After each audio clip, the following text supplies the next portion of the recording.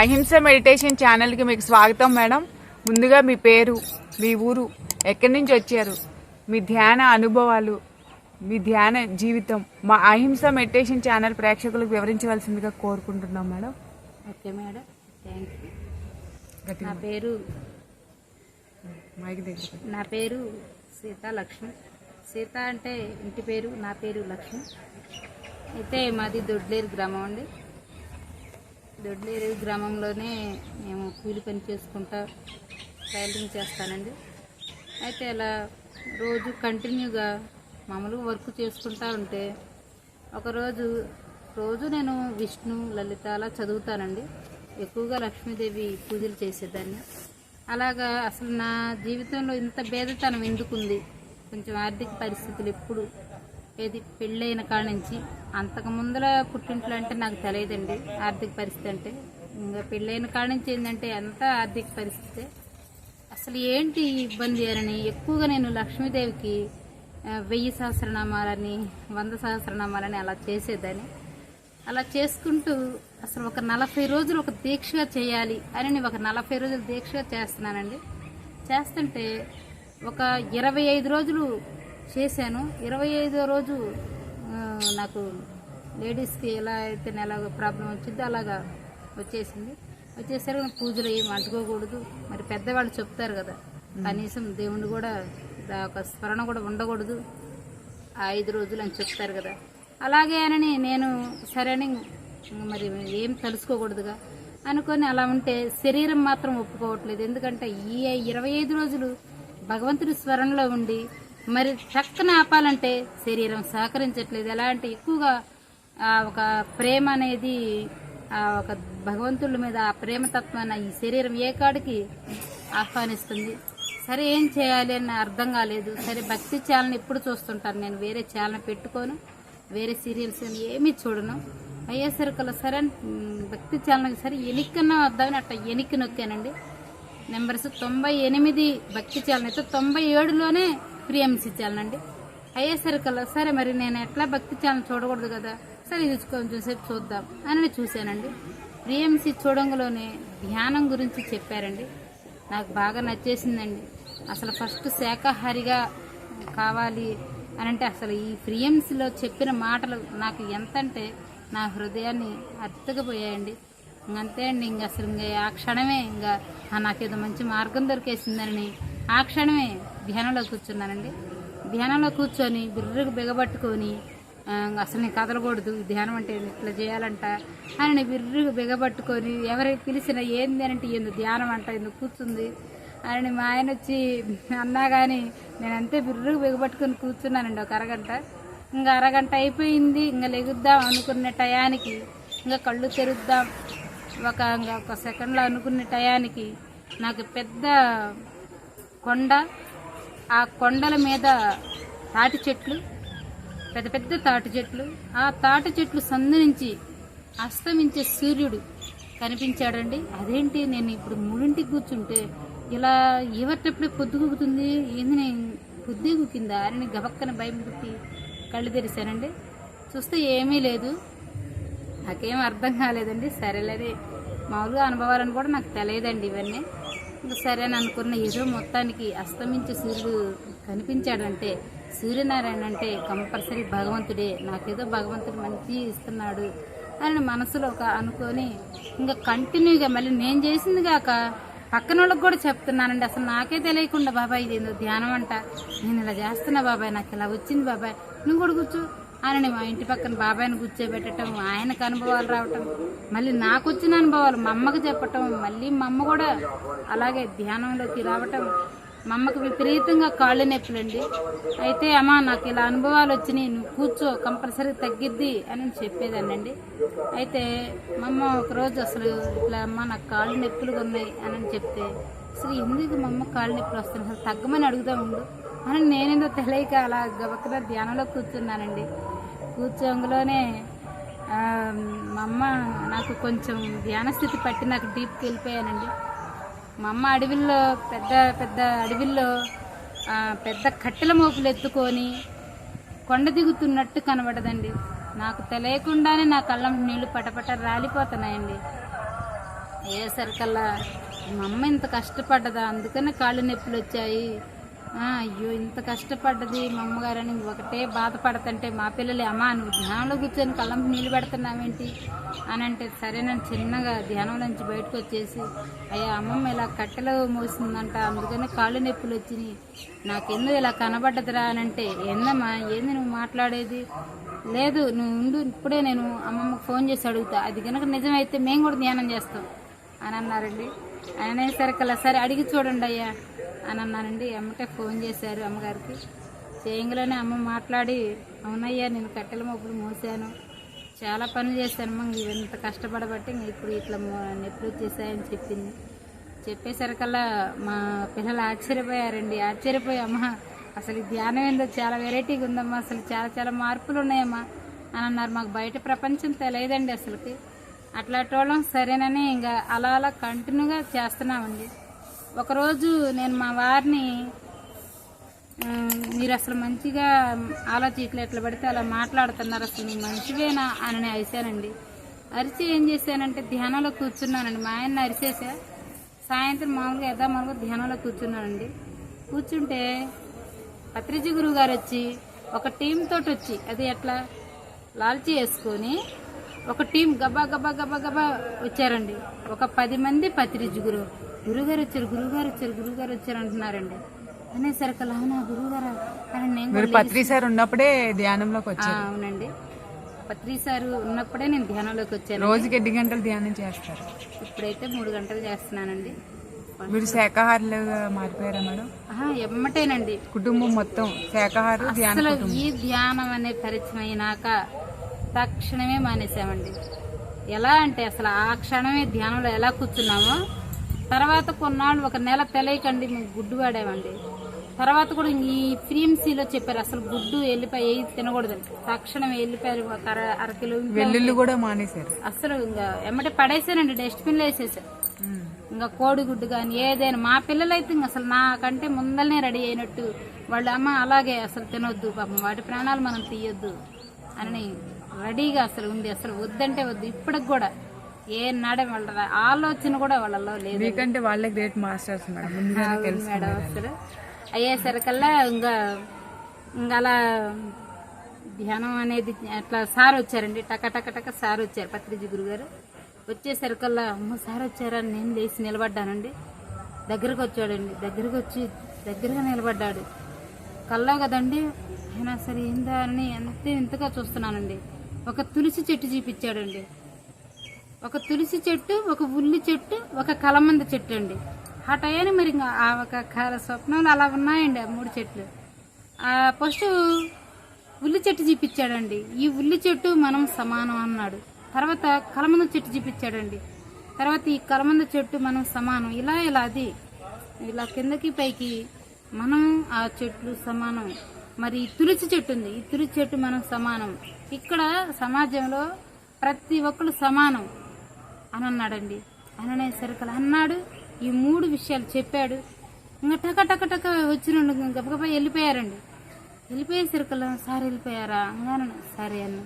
అసలు ఎందుకు వచ్చింది అని నేను తెల్లారే కళ్ళు తెరిచినాక తర్వాత కూర్చొని కొంతసేపు డీప్ ఆలోచిస్తూ, ఓహో నేను మా ఆయన్ని ఇలా అన్నా కదా, ఓహో తనని నేను ఇలా అన్నాగటానా, ఇక్కడ ఆయన నేను సమానం కదా, అంటే ఆయన తిరిగితే నన్ను కూడా తిట్టినట్టే కదా, నన్ను నేను కూడా తిట్టుకున్నట్టే కదా, ఓహో నేను మా ఆయన్ని ఇలా ఇలా మాట్లాడకూడదు అని తెలుసుకున్నానండి. సారు వచ్చి చెప్పినందుకు ఓకే సార్ థ్యాంక్ యూ చెప్తున్నానండి. తర్వాత ఇలా ధ్యానం బుక్ వచ్చేసి నేను దొంగతనంగా మా ఆయనకు తెలియకుండా ధ్యాన జగత్ బుక్ చేసుకున్నానండి. ప్రతి నెల వస్తుందండి. వస్తుంటే చదువుకుంటున్నానండి. చాలా ప్రేమగా చదువుకుంటానండి. అలా చదువుకుంటా ఉంటుంటే వాటిల్లో ఉన్న ఒక ఆత్మజ్ఞానం అసలు ఎలా అంటే ఇంకా నాకు ఇంట్రెస్ట్ పెంచుతుందండి. పెంచుతుంటే మరి సరే గుంటూరు అసలు నేను చేసేది కరెక్టేనా, అసలు నేను చేసేది ధ్యానం అనేది ఇది ధ్యానమేనా, అసలు నా ఆలోచన కరెక్టేనా, ఏందో పూజ చేయబుద్ధి కావట్లేదు, మళ్ళీ ఫోన్ చూసుకొని ఇది ఒక అదే ఆలోచన అయిపోయింది, అసలు కరెక్ట్ చేస్తున్నానా అని నాలో కొంచెం ప్రశ్న వచ్చిందండి. అసలు ఆ ప్రశ్న మరి ఎలా తీరాలి అన్నాక బయట ప్రపంచం తెలియదు. సరే ఈ బుక్ చదువుతున్నాక మా ఊరికి దగ్గరలో ఎవరన్నా ఉన్నారేమో కొంచెం చూద్దామని నెంబర్లు చూశానండి, ఫోన్ నెంబర్లు. చూస్తే గుంటూరు వాళ్ళది ఉన్నాయి సార్. ఉంటే సరేనే గుంటూరు కనుక అయితే మరి మాకు కొంచెం నాకు కొంచెం క్లూ అన్న ఇస్తారు. మళ్ళీ మగవాళ్ళకి చేస్తే ఏమనుకుంటారు, ఆడవాళ్ళకి చేద్దామని నేనేం చేశానంటే అండి, వెలగపూడి లక్ష్మణరావు సార్ భార్యకి పద్మావతి దేవి ఉషారాణి గారండి, అయితే ఉషారాణి అని రాసి ఉంది. ఆ పోనీ ఈ మేడంకి చేద్దాము, గుంటూరేనంట, కొంచెం నేను చేసే అన్ని కరెక్టా కాదా చెప్పిద్ది క్లూ అని ఆ మేడానికి ఫోన్ చేశానండి. ఫోన్ చేస్తే ఆ మేడం ఫోన్ తీసుకొని ఎవరమ్మా అనని, ఎందుకు కంగారుగా, లేదండి మీరే మాట్లాడండి అని సార్కి ఇచ్చిందండి. సారీ ఫస్ట్ ఫోన్ తీసుకుని బంగారు ఏంటమ్మా ఏం కావాలరా అని అడిగాడండి. అంతేనండి, అసలు నా మనసు అనిపించింది, బంగారు అంటే మమ్మ ఇది ఏదో కరెక్టే నేను చేసేది, ఎందుకంటే ఒక ప్రేమతత్వం చాలా ప్రేమగా పిలుస్తున్నారు అని అప్పుడు నాకు అనిపించింది. సార్ నాకు ఇలా ఉందండి, నేను ఇలా చేస్తున్నా అండి, ఇలా నాకు పత్రిజ గురుగారు కనబడుతున్నాడండి, కళ్ళు మూస్తే బుద్ధుడు బొమ్మ, కళ్ళు తెరిచిన వివేకానంద స్వామి, మరి వచ్చేసి గాంధీ తాతయ్య గారు, మళ్ళీ వచ్చేసి రమణ మహర్షి తాతయ్య గారు, అలా గురువులందరూ కనిపిస్తున్నారండి. ఏందో నాకు అర్థం కాదు, ఎందుకు కనబడుతున్నారా నాకు తెలియదు. అసలు ఇవన్నీ నేను మరి ధ్యానం అనేది కూర్చుంటున్నా చేస్తున్నా, వీళ్ళందరూ ఎందుకు కనబడుతున్నారో నాకు అర్థం కావట్లేదండి, అసలు నేను చేసేది కరెక్టేనా అని ఆ సార్ని అడగటం జరిగిందండి. ఆ సార్ అన్నారు, లేదు బంగారు నువ్వు చేసేదంతా కరెక్ట్ అమ్మా, నీ మనసులో ఏది అనిపిస్తే నువ్వు అది చేస్తుండమ్మా బంగారు, అసలు మాటకు వస్తే బంగారు, అది బంగారు ఇది బంగారు అంటారు. అనేసరికల్లా నాకు చాలా ఇంట్రెస్ట్ అనిపించింది కానీ సార్ ఇంకా ఓకే సార్, నాకు వచ్చిన అనుభవాలన్నీ లక్ష్మణరావు గారికి చెప్పేదానండి. ఆ సార్ నాకు బాగా క్లూ ఇచ్చేవాడు. ఇంకా అలా కంటిన్యూగా ఒక నెల జరిగిందండి. ఒక నెల జరిగినాక ఏం జరిగిందంటే అండి, గుంటూరులో తడబెట్టి రాజ్యలక్ష్మి మేడం క్లాస్ జరుగుతుందండి, రమ్మని నన్ను పిలిచారండి. సరే ఇదేదో మరి నేను ఇంతవరకు అయితే బయట ప్రపంచానికి తెలియదు, మరి నేనేదో చేస్తున్నాను అని నాకు తెలియదు కదా, అసలు చూద్దాం ఒక మాట పోయి చూసొద్దాం, ఏది ఎట్లా చూసొద్దాం అని మా అమ్మని బతిమలాడుకొని మా ఆయన్ని బతిమలాడుకొని సరేనని మా అమ్మ వచ్చి మా పిల్లలకి అన్నం వండి పెడతంటే మా ఆయనకి, అప్పుడు నేను మా ఆయన కనుక్కొని మా వారిని కనుక్కొని నేను బయలుదేరి వెళ్ళానండి. 3 రోజులు విన్నానండి. విన్నాక నాకు అర్థమైందండి, అసలు నేను సత్య మార్గంలో నడుస్తున్నా అని నాకు అర్థమైపోయిందండి. ఇంక అర్థమైన కాడ నుంచి ఎలాంటి ఇదేదో గొప్ప మార్గం, నేను ఎవ్వరికి అసలు ఆలోచించే పని లేదు అని తెలుసుకొని ఇంకా ఆ రోజు ప్రయాణం కానించండి ఇప్పటి వరకు కూడా ఇది 3 సంవత్సరాలు వెళ్ళి 4వ సంవత్సరం వస్తుందండి. నేను 3 సంవత్సరాలు అంటే మే 12వ తారీఖు కానించి ధ్యానం స్టార్ట్ చేశానండి. ఎందుకంటే నేను తారీఖు గుర్తు పెట్టుకున్నానండి. ఎందుకంటే ఇంత అద్భుతమైన ధ్యానాన్ని నా లైఫ్ లాంగ్, అంటే నా శ్వాస నన్ను వీడిన దాకా కూడా నేను ఆపకూడదు అన్న పదం మాత్రం నేను బాగా తెలుసుకున్నానండి. ఇలా అందరూ కూడా చక్కగా ధ్యానం చేయాలండి, ప్రతి ఒక్కరు కూడా చేయాలి. ఇంకా అలాగా నా ప్రయాణం అలా జరుగుతుందండి. సరే ఆ రోజు నేను క్లాస్కి వెళ్ళా, 3 రోజులు కూడా అద్భుతంగా క్లాస్ ఉన్నా ధ్యానం చేస్తున్నా. ధ్యానం చేస్తుంటేనండి ఆడ కూర్చుంటే నన్ను నెట్టేస్తుందండి, పూర్తిగా కుర్చీ తిరగలేస్తుంటే ఇదేంటి నన్ను పూర్తిగా మామూలు కూర్చుంటే తిరగలేస్తుందండి. నేను ఒక స్ట్రాంగ్ని, నేను ఒక పిల్లర్ని, నాకు ఎందుకు ఈ కుర్చీ ఇలా పడుతుంది అని ఎమ్మటే చెప్పానండి. టక్కన లేసి కూర్చేసిందండి. ఓకే అనుకొని అప్పుడు నుంచి చేస్తుంటే ఇంకా ఆ రోజు సాయంత్రం అండి సారు నాకు ఫోన్ చేశారండి, బంగారు మా ఇంటికి రా, మీకు బుక్స్ ఏమైనా కావాలంటే నేను ఇస్తానమ్మా అని చెప్పాడు. సరే సార్ అన్నానండి. సార్ వేరే వాళ్ళని వెంకటరామయ్య గారు అని ఆ సార్ని పంపించారండి. పంపిస్తే సరే సార్ అని నాకేందుకు బిడియం కూడా అనిపించలేదండి. అంతే ఇంకా సార్ బండి మీదకి వెళ్ళిపోయానండి, వాళ్ళ ఇంటికి వెళ్ళిపోయా. ధైర్యంగా వాళ్ళ ఇంటికి వెళ్ళిపోయా. కూతురు కనుక తండ్రి గారి ఇంటికి పుట్టింటికి ఎలా వెళ్ళిద్ది అలా వెళ్ళిపోతే వాళ్ళు ఎమ్మటి నన్ను ఆహ్వానించి కూర్చోబెట్టి వాటర్ ఇచ్చి టీ ఇచ్చి అసలు సొంత కూతుర్ని చూసినట్టు అన్నీ ఇచ్చారండి. అన్ని బుక్స్ ఇచ్చారండి. నేను మోసిన బుక్స్, నేను మోసిన పాంప్లెట్లు ఇచ్చి మళ్ళీ నా మనసులో ఏందో అనిపించిందండి. వాళ్ళ ఇంట్లో ఒక మూలన బుద్ధుడి బొమ్మ ఉందండి. మేడం ఆ బుద్ధుడి బొమ్మ కొనాలంటే ఎంత అయింది మేడం అన్నానండి. ఆ మేడం శుభ్రంగా ఆ బుద్ధుడి బొమ్మ తీసుకొచ్చి నా ఒళ్ళే పెట్టేసిందండి. తీసుకెళ్ళి బంగారం. ఇంకా చెప్పలేనండి ఇంక నా ఆనందం. అవునా ఓకే అని ఇంక అప్పుడు నా మనసులో అనుకున్నానండి వీళ్ళు ఇంత ప్రోత్సాహం లక్ష్మణరావు సార్ వాళ్ళ ఇంటికి వెళ్ళారు. ఆ, ఏ ఊరండి లక్ష్మణరావు సార్? గుంటూరు. ఓకే. అయ్యేసరికల్లా ఇంకా నాకు అనిపించిందండి నేనేదో ఇక్కడ విర్రవేగటం కాదు, వీళ్ళ ఇంటికి వచ్చి ఇవన్నీ నాకు ఇస్తున్నారని నేను విర్రవేగటం కాదు, నాకు చాలా బాధ్యత ఉంది, మరి ఇవన్నీ నేను తీసుకున్నాను మరి అందరికి అప్పచెప్పాలి కదా అని నేను ఒక్క మాలికి ఇంకా సైలెంట్ అయిపోయానండి. అవన్నీ అప్పచెప్పి నాకు మళ్ళీ చూడండి అవన్నీ అప్పచెప్పి నన్ను బస్ స్టాప్లోకి తీసుకెళ్ళి బస్సు ఎక్కించి బస్సులో కూర్చుని సీటు పక్కన తీసుకొచ్చి 3 సంచులండి పత్రిజీ గురువు గారు ఫోటో ఇచ్చారండి. మళ్ళీ పోని బుద్ధత్వం పంపించారు. మళ్ళీ వచ్చేసి పాంప్లెట్లు ఒక 2000 పాంప్లెట్లు అండి. మళ్ళీ వచ్చేసి ధ్యాన జగత్ బుక్ వేరే బుక్కులు నేను మోసినన్ని ఇచ్చేసి శుభ్రంగా బస్సు ఎక్కించి ఇద్దరు వచ్చి నన్ను ఒక కూతురికి గనక అమ్మ ఈ కట్టుకో అవన్నీ తీసుకెళ్ళు అన్నట్టుగా అన్నీ నాకు అప్పచెప్పి ఒక 3 సంచులు తయారు చేశారండి. మళ్ళీ మొయ్యలేను బస్ స్టాప్ వచ్చి మళ్ళీ బస్సులో ఎక్కించి బస్సులో నేను కూర్చున్నాక వచ్చి నా పక్కన పెట్టేసి పంపించారండి. నాకైతే అనిపించిందండి నా బాధ్యత చాలా ఉంది, నేను ఇక్కడ విర్రవీగటం కాదు అనుకొని సరే చక్కగా తీసుకొచ్చి సార్ నాకు ఒకటే చెప్పారండి, మీ ఊర్లో నువ్వు ఇవన్నీ తీసుకెళ్ళి అందరికి పంచు బంగారు, మీ ఊరు మొత్తం ధ్యానమయం కావాలి బంగారు అన్నాడండి. ఓకే సార్ అన్నానండి.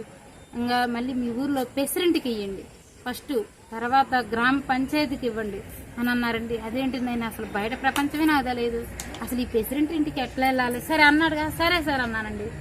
సరే మరి అన్నారు, నేను మాట మరి సార్ ఓకే అన్నాను, మరి ఎలా చేయాలి సరే ఇవన్నీ తెచ్చుకున్నానండి. తెచ్చుకొని ఈ పాంప్లెట్లు మరి పంచాలి, మరి నేనే ఒక్కదాన్ని ఎలా అని ఒక పెదనాన్ని పిలిచి పెదనాన్న ఇలా నేను ధ్యానం చేస్తున్నా, ఇవి ప్రెసిడెంట్కి ఇవ్వాలి, ఇవి చేరాలి ఫలాని పంచాయతీ ప్రెసిడెంట్లకి మరి మామూలుగా అందరూ పెద్ద వాళ్ళందరికీ ఇవ్వాలి అని అంటే వస్తా పామ్మ నేను కూడా తోడుకన్నాడండి. సరే అండి నా పెదనాన్నకి థ్యాంక్ యూ చెప్పుకొని ఇంకా బయలుదేరి ఫస్ట్ సార్ చెప్పినట్టు నేను సార్కి మాట ఇచ్చినట్టు డైరెక్ట్గా పోయి ప్రెసిడెంట్ ఇంటికి వెళ్ళి సరే ఇలా మేము ధ్యానం చేస్తున్నామండి, ధ్యానం క్లాస్ పెట్టిద్దాం అనుకుంటున్నామండి, మీరు కూడా మాకు ప్రోత్సహించాలండి అని ధ్యానంలో చెప్పామండి. సరేనమ్మా అన్నారండి.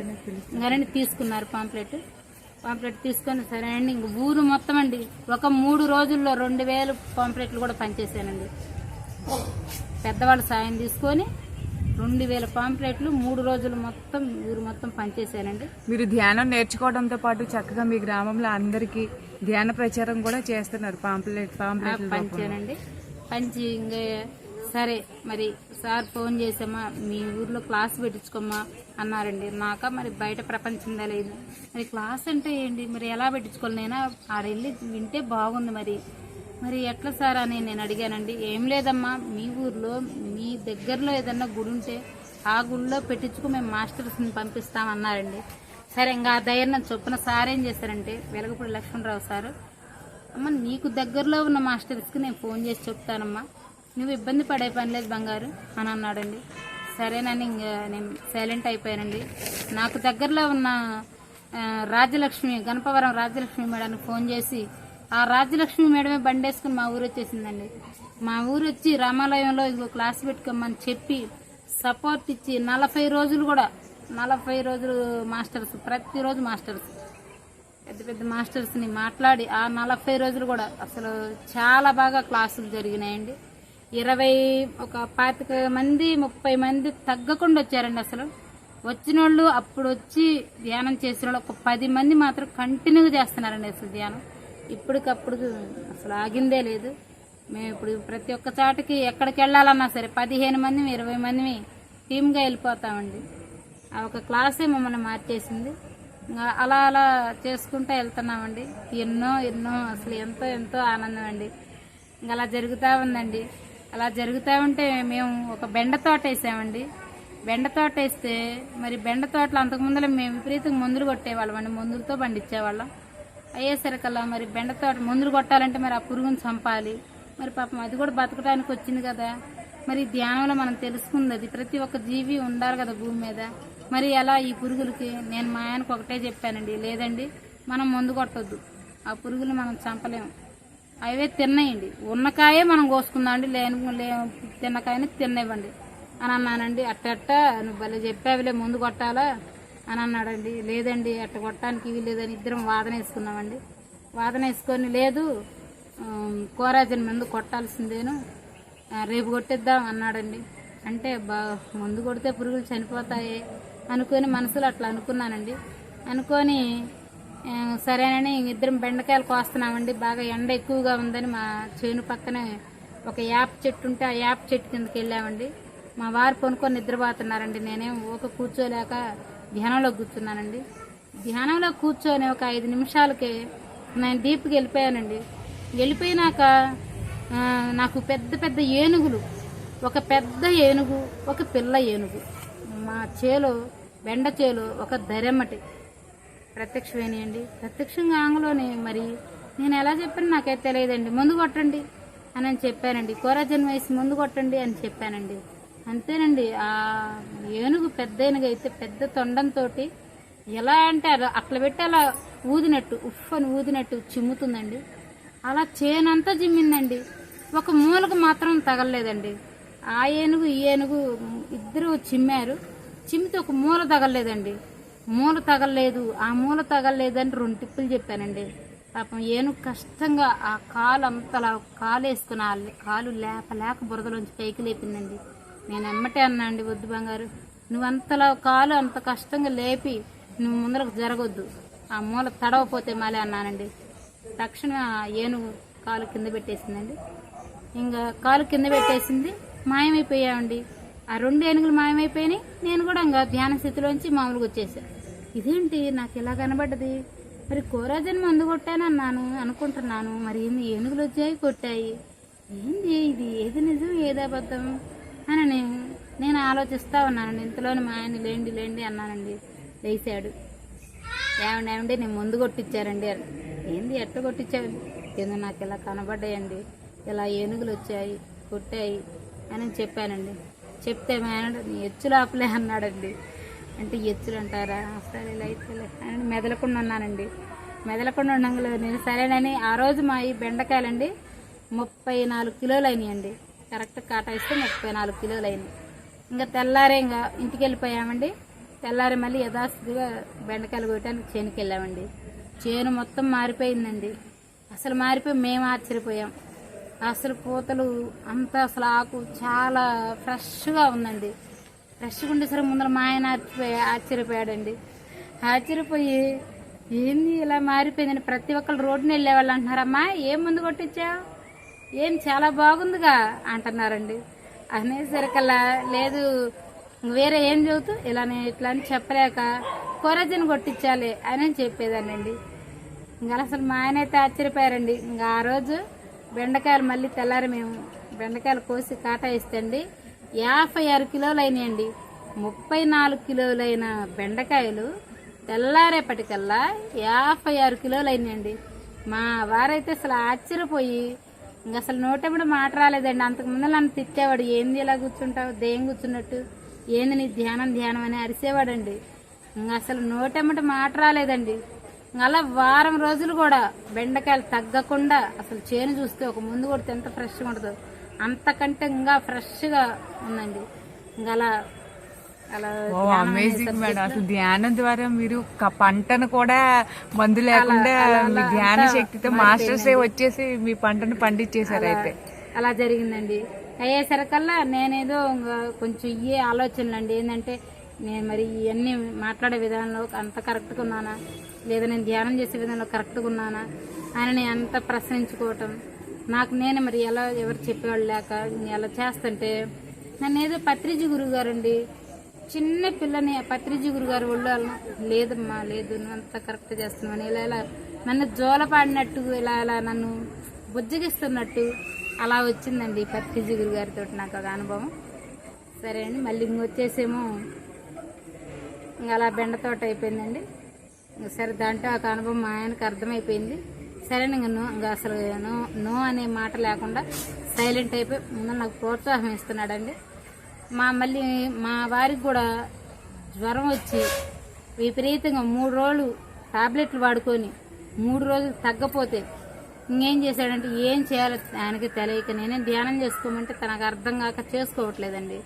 చేసుకోపోయేసరికల్లా 3 రోజులకి అయిపోయినాక ఇంక 3 రోజుల కోర్సు వాడి బిళ్ళలు నాకు తెలియకుండా మా 3 స్టేర్లు అండి ఇల్లు 3వ స్టేర్లోకి వెళ్ళి దొంగతనంగా అది నాకు తెలియకుండా ఉండాలి. ఎందుకంటే నేను ఇన్నాళ్ళు నన్ను దేం కూర్చున్నాడు కూర్చున్నావు అట్లా కూర్చుంటాను ఇట్లా కూర్చుంటున్నావు అరిచాడు కదా, మళ్ళీ నువ్వెందుకు కూర్చున్నావు అంటానని ఏం సమాధానం చెప్పాల్సి వస్తుందోనని నాకు తెలియకుండా దొంగతనంగా 3వ స్టేర్లోకి వెళ్ళి ధ్యానం చేసేవాడండి. నాకు తెలియదు, నేను మామూలుగా ఒక టాబ్లెట్లు వేసుకుంటుండేమని అనుకుంటున్నాను. 3 రోజులు ఏం చేశాడంటే టాబ్లెట్లు ఆపేసి ధ్యానమే చేశాడండి. తగ్గిపోయింది, మామూలుగా తగ్గిందేమని అనుకున్నానండి నేను. తర్వాత 3వ రోజు ఇంట్లోకి ఎవరు వస్తే వాళ్ళకి చెబుతున్నాడు ధ్యానం చేసుకోండి, ధ్యానం చేసుకుంటే ఇంత మార్పులు ఉన్నాయి, ఇలా తగ్గిపోయింది అని చూస్తున్నాడు. అదేందని నేను అంతే ఆయన కళ్ళు చూస్తుంటే నీకు తెలియదు అరవాకు, నీకు తెలియకుండా నేను ధ్యానం చేసా, అందుకని నాకు జ్వరం తగ్గింది. నేను బిడలు వేసుకొని ఇసుకెక్కి నేను 3 రోజులు నీకు తెలియకుండా ధ్యానం చేసా, అందుకని నాకు జ్వరం తగ్గింది, మీరు కూడా చేసుకోండి అని వేరే వాళ్ళకి చెప్పడం జరిగిందండి.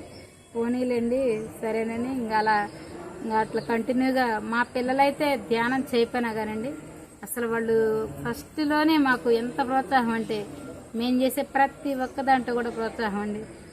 ఫస్టే మేము ఈ శాకాహారం గురించి చెప్తేనండి అసలు ఫస్ట్ ఇష్టపడి అమ్మ మనం ఇలాగే ఉందామమ్మా, మనం కంపల్సరిగా ఇట్లా వాటి ప్రాణాలు తినొద్దు అసలు తేవద్దు అని వాళ్ళ నాన్నకు కూడా ఫుల్గా మళ్ళీ నాన్న ఎప్పుడైనా నీ ఆలోచన కూడా అట్లా ఉండటానికి లేదు ఆయన ముందనే వాళ్ళ నాన్న కూడా కండిషన్ పెట్టేసి వాళ్ళ నాన్న కొన్నాళ్ళు మీరు తినపోతే నేను తింటా, ఏంటి బలమైతే మీరు తినపోతే తినపోయారు, నేను తినేదే అని అన్నాడండి.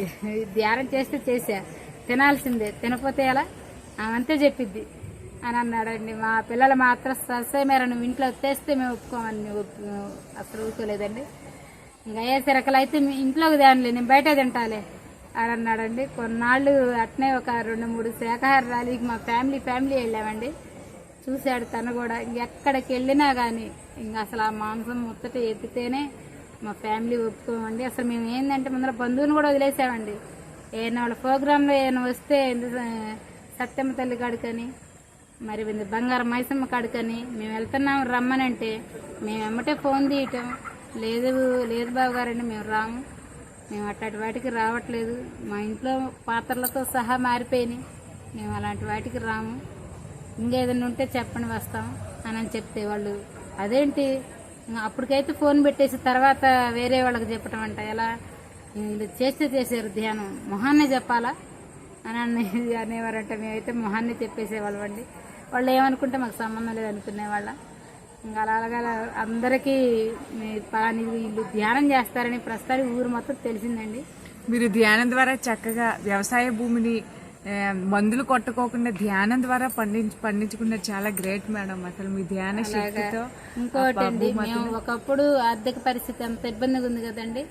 అయితే ఈ ధ్యానం ద్వారా నేనేం చేశానంటే కనీసం నేను మరి నాకు ఈ గత జన్మలు ఇవన్నీ అప్పుడు తెలియదండి.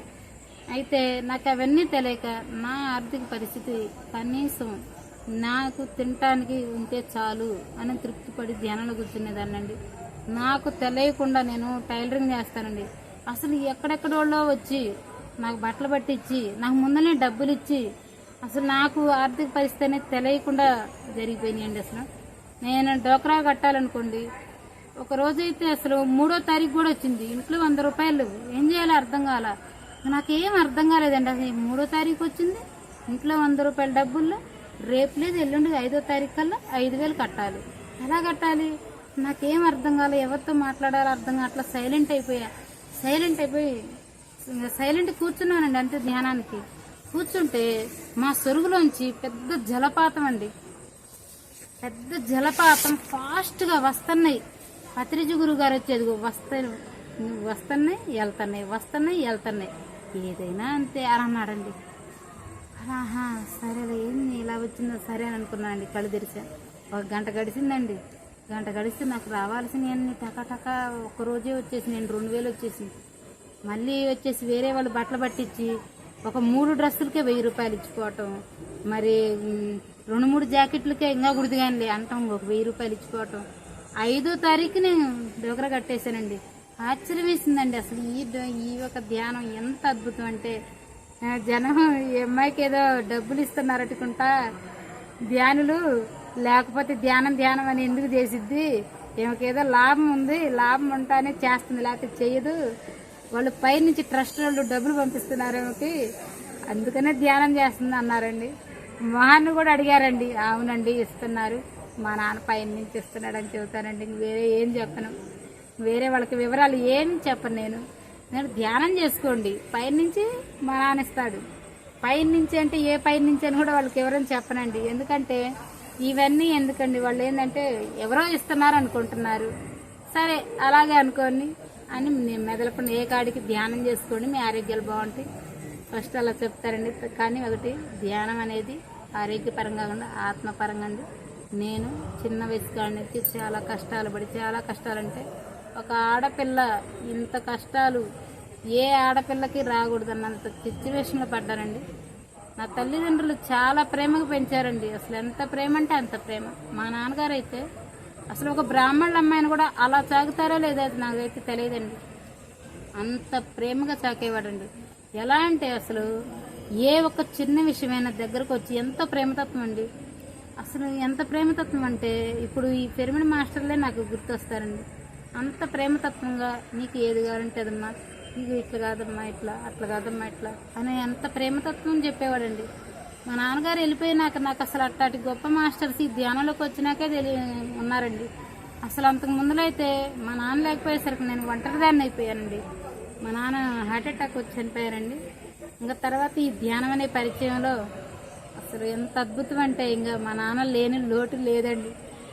అసలు ఎంత హ్యాపీగా ఉందంటే అంత హ్యాపీగా ఉందండి. ఈ ధ్యానం అనేది తింటేనే మామిడికాయ రుచి తెలిసినట్టు ధ్యానం చేస్తేనే ఈ ధ్యానం ఒక జీవితం అర్థమైందండి.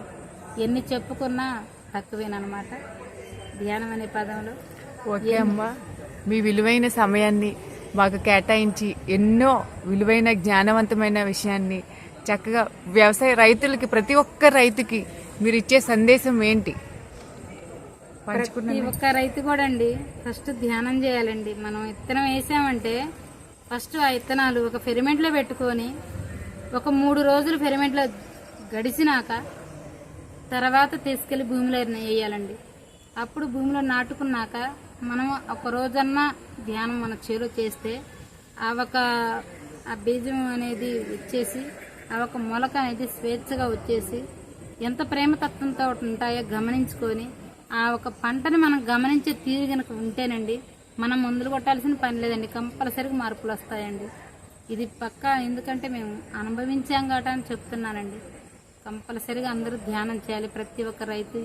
అసలు ఈ దేశం మీద ఈ మందులు ఎక్కువ కొట్టి ఈ విశ్వాన్ని చెడగొట్టి పంటలు పండట్లేదని ఈ కరోనా అనే సబ్జెక్ట్ ఆ పైర్లకు కూడా వచ్చి ఆ పైర్లు పతనమైపోతున్నాయండి. వాళ్ళకి అసలు అర్థం కావట్లేదు. మరి వాళ్ళు ధ్యానం చేస్తేనే అర్థం చేసుకోలేస్తారండి, లేకపోతే విడిగా అయితే చేసుకోలేరు. మనిషి కనుక హింస చేసి చేసి ఎలా ఈ కరోనా వచ్చి తుంచేస్తుందో పంటకు కూడా అలాగే ఆ ఒక పురుగు అనేది ఏది ఎన్ని మందులు కొట్టినా చావని పురుగు అలా వచ్చి ఆ ఒక పైరుని తినేస్తుందండి. దాన్ని గమనించాలండి ప్రతి ఒక్క రైతు కూడా. అసలు ఎందుకు వస్తుంది మనకు తెలియని పురుగు, ఎన్ని మందులు కొట్టినా చనిపోని పురుగు వచ్చి ఆ పైరుని ఎందుకు ఇలా పతనం చేస్తుందని ఎవరైనా సరే ఈ వీడియో కనుక చూస్తే కంపల్సరిగా రైతులంటే ఏంటంటే ఫస్ట్ ఈ విశ్వాన్ని చెడగొట్టకూడదండి. అవసరమైతే ఆర్గానిక్ మందులైనా వాడాలి, లేదా పండినంత వరకైనా పండించుకోవాలి. విశ్వాన్ని ఎంత చెడగొడతావో యద్భావం తద్భవతే, నువ్వు ఏది ఇస్తావో నీకు అదే వచ్చిద్ది. అట్లే నువ్వు ఎంతైతే విశ్వం చెడగొడతావో నీకు అంత పంట నష్టం జరిగిద్ది అని తెలుసుకొని ప్రతి ఒక్కళ్ళు ఆ విత్తనం తెచ్చే తీరులో కానీ వేసే తీరులో కానీ ప్రేమతత్వం చూపించుకొని ఏ ముందైనా ఏది కొడితే ఏది అని గమనించుకొని ఒక ప్రేమతత్వంతో పంటలు వేసుకొని పంటలు పండించుకోవాలండి. అది తిన్నవాళ్ళకు కూడా చాలా అద్భుతంగా పనిచేస్తుంది. ఓకే అమ్మా, చక్కగా ఎంతో జ్ఞానవంతమైన విషయాలు. చక్కగా రైతులందరూ కూడా ఈ వీడియో చూసి ఇకనైనా పురుగు మందులు కొట్టి భూమాతని పాడు చేయకుండా మన పూర్వీకులు మనకి ఎలాంటి స్వచ్ఛమైన భూమిని ఇచ్చారో మన తర్వాతి తరాలకు కూడా మనం అటువంటి భూమిని ఇద్దాం. ఎవరికి వాళ్ళు వీలైనంత వరకు ప్లాస్టిక్ కవర్స్ని, క్యారీ బ్యాగ్స్ని వాడకుండా, అలాగే వాటర్ పొల్యూట్ అవ్వకుండా భూమి పొల్యూషన్ అవ్వకోకుండా చక్కగా ఈ మేడం చెప్పినట్టు అందరూ పాటిద్దామండి. ఎంతో జ్ఞానవంతమైన విషయాలు మా అహింస మెడిటేషన్ ఛానల్కి వివరించినందుకు చాలా thank you madam. Thank you, thank you, thank you, ధన్యవాదాలు. అలాగే దయచేసి అందరూ ఏఎంసీ యూట్యూబ్ ఛానల్, అహింస మెడిటేషన్ ఛానల్ని అందరూ లైక్ చేయండి, షేర్ చేయండి, సబ్స్క్రైబ్ చేయండి. Thank you.